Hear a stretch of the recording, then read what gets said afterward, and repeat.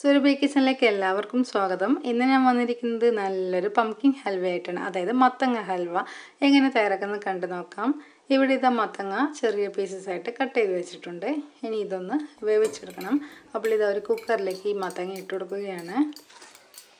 ഇവിടെ ഈ മത്തങ്ങ കട്ട് ചെയ്യുന്ന സമയത്ത് അങ്ങനെ ഷേപ്പൊന്നും നോക്കേണ്ട ആവശ്യമില്ല. കുറച്ച് ചെറിയ പീസായിട്ട് അങ്ങ് കട്ട് ചെയ്തെടുത്താൽ മതി. അപ്പോൾ ഇതാ പീസസൊക്കെ കുക്കറിലിട്ട് കഴിഞ്ഞു. ഇനി ഇതിലേക്ക് കുറച്ച് വെള്ളം ആഡ് ചെയ്യുന്നുണ്ട്. ഇത് വേവിക്കാൻ ആവശ്യമായ വെള്ളമാണ് ഒഴിച്ചിരിക്കുന്നത്. വളരെ കുറച്ചേ ആഡ് ചെയ്യണ്ടും, കൂടുതലൊന്നും ഒഴിച്ചു പോകരുത്. അപ്പോൾ ഇതാ കുക്കറിൻ്റെ മൂടിയൊക്കെ ഇട്ട് ഫ്ലെയിം ഓൺ ചെയ്തിട്ടുണ്ട്. ഇനി ഇത് നന്നായിട്ട് വേവിച്ചെടുക്കാം. ഒരു വിസിലിട്ടാൽ തന്നെ മതിയാവും. മത്തൻ നന്നായിട്ട് വെന്ത് കിട്ടും. അപ്പോൾ കുക്കറിൻ്റെ ആവിയൊക്കെ പോയതിന് ശേഷം ഇതാ തുറന്നിട്ടുണ്ട്.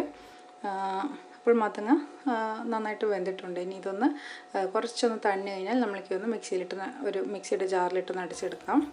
ഇവിടെ ഇപ്പോൾ ഈ പീസസൊക്കെ നന്നായിട്ട് തണ്ണിയിട്ടുണ്ട്. എന്നിട്ട് ഇതാ ഒരു ജാറിലേക്ക് ഇട്ട് കൊടുക്കുകയാണ് ചെയ്യുന്നത്. ഇനി ഇത് നന്നായിട്ടൊന്ന് അരച്ചെടുക്കണം. അപ്പോൾ അതിലുള്ള വളരെ കുറച്ച് വെള്ളമേ ഉണ്ടായിട്ടുള്ളൂ, അതുകൂടി ഇതിലേക്ക് ഒഴിച്ചിട്ടുണ്ട്. ഇനി ഇത് നന്നായിട്ടൊന്ന് അരച്ചെടുക്കണം. അപ്പോൾ ഇതാ നല്ല പേസ്റ്റ് രൂപത്തിൽ മത്തങ്ങ അരച്ചെടുത്തിട്ടുണ്ട്. ഇനി ഈ മിശ്രിതം ഒരു പാനിലേക്ക് അങ്ങ് ഒഴിച്ചു കൊടുക്കാം.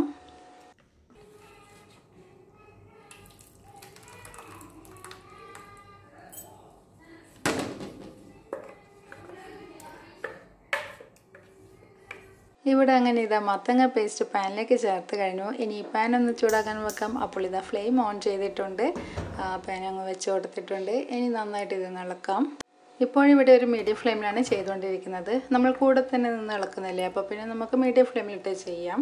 അപ്പോൾ ഈ മത്തങ്ങയുടെ വെള്ളം വറ്റുന്നത് വരെ നമ്മൾക്കൊന്ന് വഴറ്റണം. ഇപ്പോൾ ഇവിടെ വെള്ളമൊക്കെ വറ്റിക്കഴിഞ്ഞു. ഇനി ഇതിലേക്ക് ആഡ് ചെയ്യുന്നത് പഞ്ചസാരയാണ്. അതായത് നമ്മുടെ ഹൽവയുടെ മധുരത്തിന് ആവശ്യമായ പഞ്ചസാര നമുക്ക് ആഡ് ചെയ്ത് കൊടുക്കാം. ഇതൊന്ന് വഴറ്റിയതിന് ശേഷം പിന്നെ ഇതിലേക്ക് ആഡ് ചെയ്യുന്നത് ഒരു നുള്ളു ഉപ്പാണ്.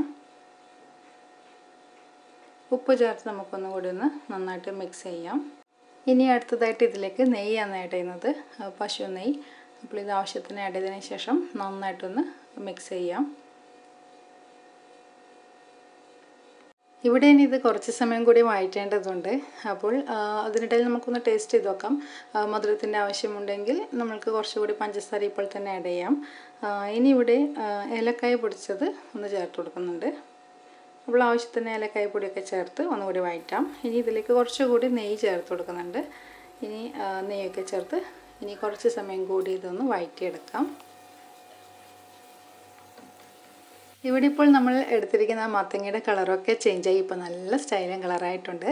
ഇതിങ്ങനെ കുറച്ച് സമയം വഴറ്റുമ്പോൾ ഈ ഒരു പാകത്തിലേക്ക് കിട്ടും. അതിൽ നിന്നും കുറച്ചെടുത്തൊന്ന് ഉരുട്ടി നോക്കാം. നമ്മൾക്ക് ഉരുട്ടാൻ പറ്റുന്നുണ്ടെങ്കിൽ അപ്പോൾ തന്നെ ഇത് ഓഫ് ചെയ്ത് ഒരു പ്ലേറ്റിലേക്ക് മാറ്റാം. ചൂടോടുകൂടി തന്നെ മാറ്റണം.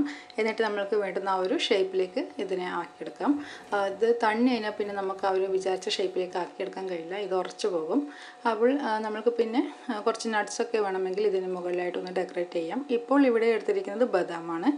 അപ്പോൾ ഇനിയിത് നമുക്ക് നമ്മുടെ ഇഷ്ടമുള്ള സൈസിലും ഷേപ്പിലും ഒക്കെ ഒന്ന് കട്ട് ചെയ്ത് കഴിക്കാം. നല്ല ടേസ്റ്റി ആയിട്ടുള്ള നല്ല സ്വീറ്റ് ആയിട്ടുള്ളൊരു മത്തങ്ങ ഹൽവയാണ്. അപ്പോൾ നിങ്ങൾക്ക് ഈ വീഡിയോ ഇഷ്ടപ്പെട്ടിട്ടുണ്ടെങ്കിൽ ഒരു ലൈക്ക് കൊടുക്കാൻ മറക്കരുത്. അപ്പോൾ ഇനി പുതിയ വീഡിയോസായിട്ട് ഇനി ഞാൻ വരുന്നതായിരിക്കും. നമുക്ക് വീണ്ടും കാണാം. താങ്ക്